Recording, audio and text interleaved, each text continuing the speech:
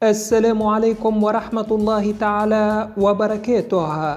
الرجاء الاشتراك في القناة مع تفعيل زر الجرس حتى يصلك كل جديدنا. موعد مباراة الأهلي السعودية ضد الريان القطري في الجولة الثالثة من مسابقة دوري أبطال آسيا للنخبة والقنوات الناقلة.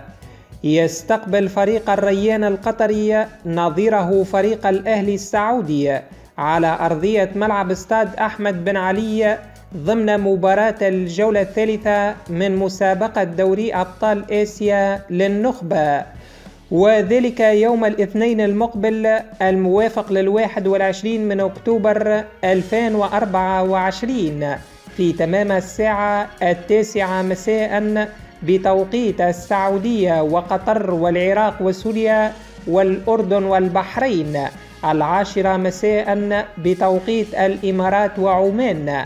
أحداث اللقاء ستذاع عبر القنوات التالية: قناة SSC الرياضية السعودية الأولى، قناة BeIN سبورت آسيا الأولى، قناة الكاس التاسعة، بالإضافة إلى قناة أبو ظبي الرياضية آسيا الأولى وقناة الرابعة العراقية الأولى.